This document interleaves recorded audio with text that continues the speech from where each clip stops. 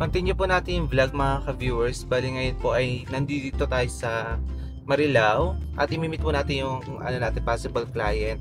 Bali nagsukat na po kasi dati yung ate ko po dito sa Cayambayoko. So nakagawa na kami ng quotation.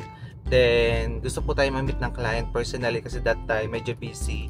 Kaya sila ate ko na po yung pinagsusukat ko po na mga nagiging project natin pag talaga hindi ko na po kaya. Pero ayun po, gusto tayo makita, kaya nagawi po tayo ng Marilao, Bulacan para i-meet sila. Tapos neto, pero pa po tayong susukatan sa Baliwag ba yun, Raj? Baliwag, Bulacan. Pangarap din ba tayong Subic ngayon? Play tayo? Tapos diretso tayo sa Subic. May Subic tayo ngayon. So sobrang dami po natin site visit ngayon. Isang araw lang natin papasadahin po lahat yan. Kaya samahan niyo po kami ngayong araw. Ito po yung unang bahay na susukatan natin. And upon checking po, meron na po siyang furniture. At kurtina na lang po natin ang kulang. Charis lang po. Bali po maganda po talaga. Sina-site visit po natin ang inyong bahay para po ma-assess yan. At syempre makuha po yung tamang sukat para sa quotation. Actually nga po, ang ganda-ganda po ng area po ng bahay ni client. Para ka po talaga nasa farm. Tingnan niyo po, may palaisdaan po sila. Ang ganda ng kubo, no?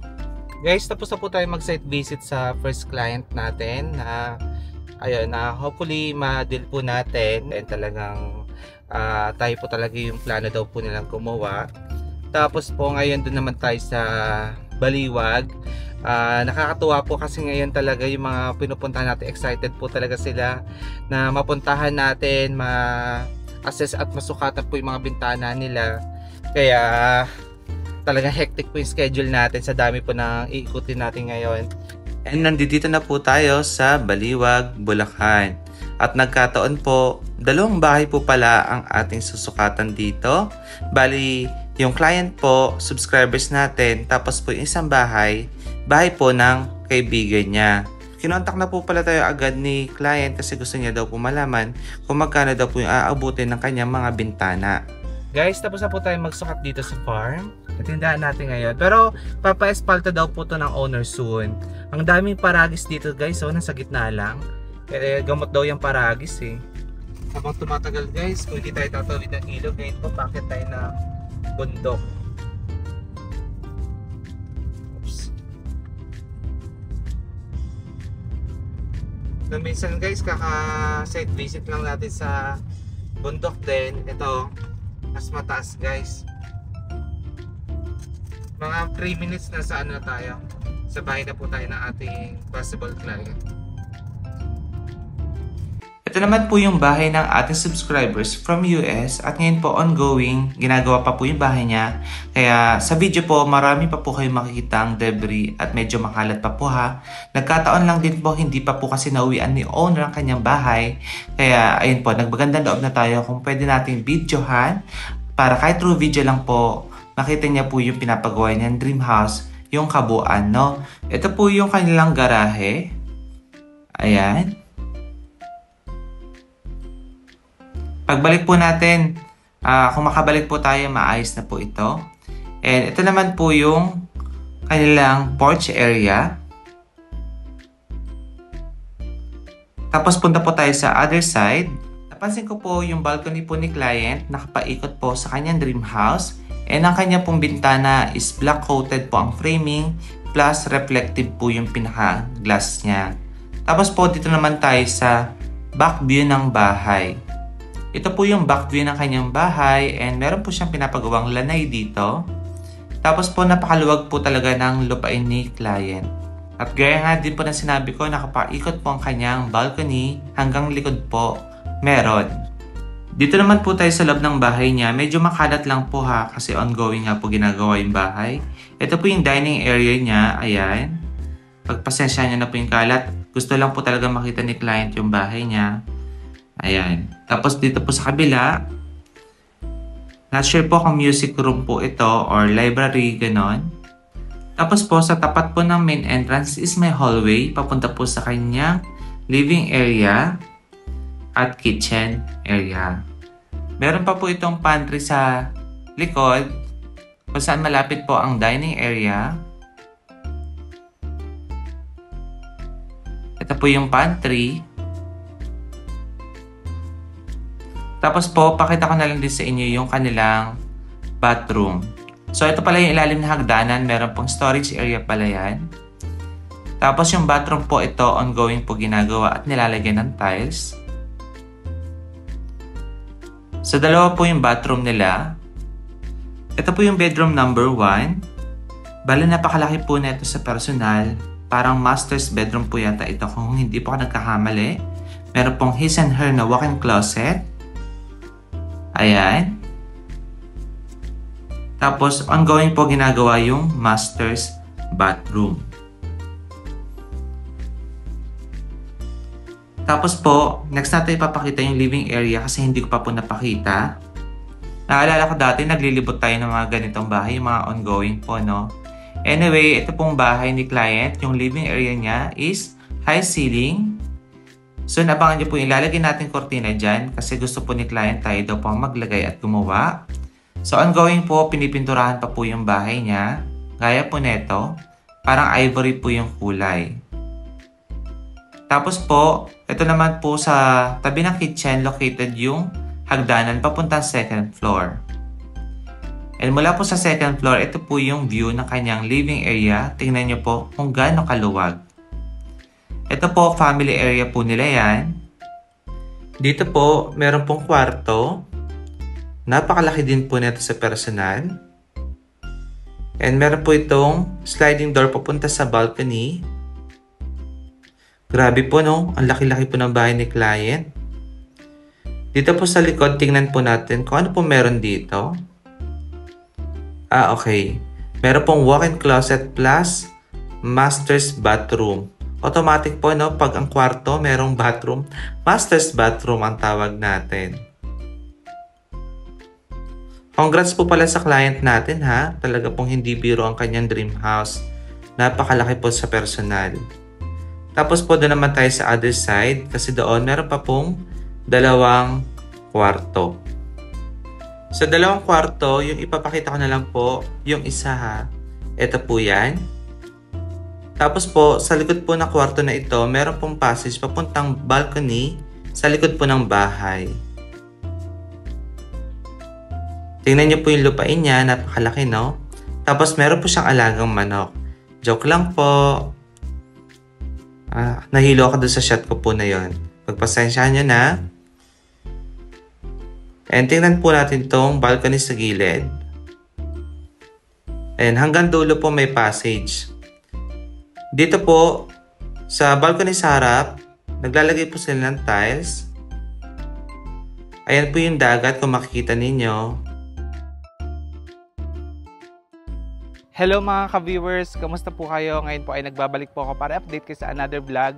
For today's video, nandito po tayo ngayon sa San Pedro, Laguna. At ngayon po, maglalagay tayo ng kortina dito sa bahay ng ating subscribers. Ito pong bahay ay pinarenovate niya po. At syempre ngayon po, bagong-bago po ang itsura. No? Although meron pa po mga areas ang i-develop pa po ng owner. Pero syempre unti-unti lang po. No? So ngayon tara, tingnan po natin, nilalagay natin kortina. Plus, syempre magkakaroon din tayo ng house tour dito. So, tara po. Guys, alam na alam mo talagang pinarenovate to ng client kasi na-remain po yung column. Dati na po yan sa old house plus yung mga design po sa bintana, yung precast. Pinabago niya na rin po yung gutter sa roofing po ng bahay. So, dito naman tayo sa kanilang swimming pool na soon ay ipaparenovate po ng client. Yung tubig po na lumalabas dito is talagang mainit na. So, hot spring. Kasi yung lugar po malapit na po sa bundok.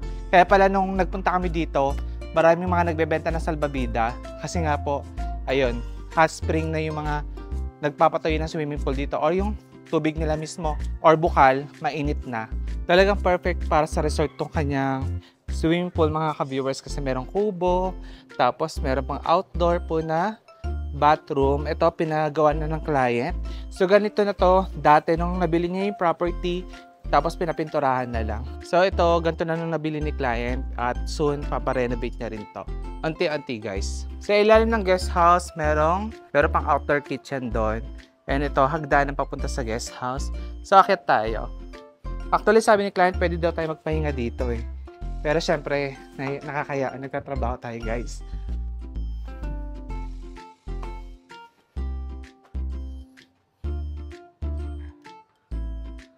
Ay, wow. Parang bahay na rin dito sa guest house, oh. May mga gamit na. Tapos may kwarto din dito. Perfect para sa Airbnb bahay, no, guys? Ayan. Bedroom.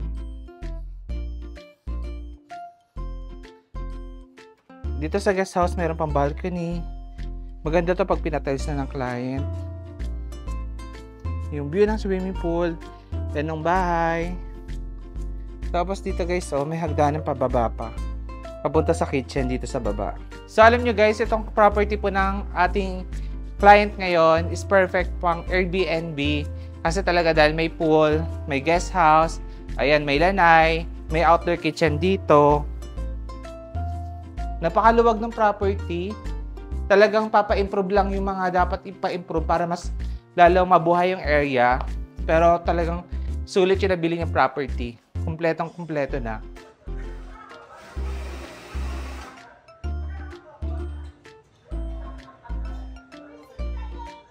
And ang mga ka-viewers, after po ng ilang oras natin paglalagay ng kortina, so nag-start tayo ng 10 a.m. Then natapos po tayo ng 7 p.m. So ito na po yung itsura ng ating mga kortina sa bahay po ng client. So ito pong kulay na ito, kung type po ninyo, sand and butter po yan, combination. And tingnan nyo naman po talagang lumitaw po lalo yung ganda ng bahay po ng client nung nalagyan na po ng mga kortina. Kasi lagi ko naman po sinasabi sa inyo, ang kortina po ang buhok po ng bahay or make-up po ng bahay. So ito po mga ka-viewers, next na pong bibili ni client is mga furniture na lang po, mga home decor. Pero tingnan nyo po yung kanya mga interior design dito, color paint. Ang gusto lang ni client talaga, color white lang po para sa interior paint. Then may mga touch of wood, plus yung kortina po natin, siya na po namili kasi gusto niya kakaibang kulay daw, which is tama naman, sand and butter. Babawi na lang si client sa mga accent chair, ganyan, sa mga throw pillow. Babagayan niya po yung yellow para po mas lumabas po yung ganda ng bahay. So again, ito po yung ating finished product. So dito guys, meron siya ditong malaking TV na may accent wall. Tapos modular cabinet sa baba na merong light effect. Ayan, tapos yung ceiling niya, PVC panel po ito na may cob light. Ayan, plus yung cortina natin. Then next natin mga ka-viewers, dito naman tayo sa dining area. Pero bago tayo pumunta pala sa dining area, ito yung kanilang bar counter. Meron na rin dito mga pendant lights. Ayan. Tapos dito po sa kanilang dining area, kung napansin niyo po, hindi po natin isagad sa taas po ng ceiling yung ating kortina. Kasi sa taas po ng bintana ay may aircon. Ngayon po ang ginawa natin, pinagpantay na lang natin yung height. At since may kataasan pa rin, maganda pa rin pong tingnan naman. Diba? Next naman po natin, dito tayo sa kanilang mga bedrooms. So ito po, papa-improve pa ni client yung altar niya dito. Baka maglalagay pa siya dyan ng accent wall. So ito po nakikita ninyong partition po na ito. Wood po yan, natural wood po. And ang mga ka-viewers, dito tayo sa master's bedroom. So ito po yung itsura ng master's bedroom nila. Included po dito yung ating nilagay po na cortina. Ayan. So kung napansin nyo po, dito sa cortina, napababa po yung kanyang length. Kasi po, yung design po ng ceiling nito, meron pong design na drop ceiling. So dito po sana, pwede natin kunin yung length dito sa kanilang drop ceiling. Yung naglagay po kasi ng aircon, hindi po pinakinggan si ma'am. Ang gusto po kasi ni ma'am, dito daw po ilalagay yung aircon niya. Kaya lang po, umalis lang po si ma'am. Ang nangyari, pinilit po na naglalagay ng aircon, dito na lang daw ilalagay. Kaya po hindi po natin nasagad yung gusto ni ma'am na floor to ceiling. Pero sabi daw po ni ma'am soon, pag daw po nakabalik kami ng Laguna, baka ito daw, papalipat daw po niya yung aircon niya at doon daw po ilalagay.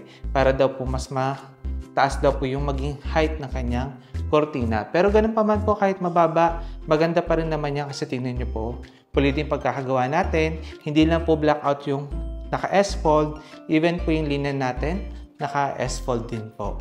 And dito po sa kanilang master's bedroom, yung tiles po na ginamit dito is 60 by 60. Ayan, na porcelain tiles, glossy, woodlock ang design. Then dito po, meron po silang fluted panels po na accent wall para po sa background ng kanilang bed frame. Then yung ceiling po, naka-PVC panel yan. Ayan, tapos may mga pin lights na rin po. Ito pong master's bedroom, meron din po itong walk-in closet. Ayan. Tingnan na lang po natin ha. Ito po yung kanilang walk-in closet. Ayan. Tapos po dito naman yung master's bathroom. Yung master's bathroom po nila napakaluwag po. Bali yung kanila pong sink with cabinet sa mirror po, Pozzi po ang brand nito. Yung sanitary ware po, Pozzi po. Ayan. Tapos meron na rin po silang shower partition, tempered glass, and chrome type na rin po yung shower nila dyan. Ayan. So yung tiles po nila dito sa wall is 30 by 60. Then dito naman po sa flooring is 30 by 30 po. Pakita ko na lang po sa inyo si bedroom number 2. Isang bintana po ang nilagyan natin ng kortina. At dito naman po tayo sa next bedroom. Dito naman po tayo sa bedroom number 3. So dalawang bintana po ang nilagyan natin dito ng kortina. Same color din po gaya po ng mga pinakita ko sa inyo. So ito po yung kanilang ceiling. Meron po sa center na PVC panel. Ayan. Same tiles din po gaya na sinabi ko sa mga kwarto. Then dito po isagad natin hanggang ceiling kortina kasi po ayun, yung window type aircon po nila, maganda po yung pagkaka-pwesto.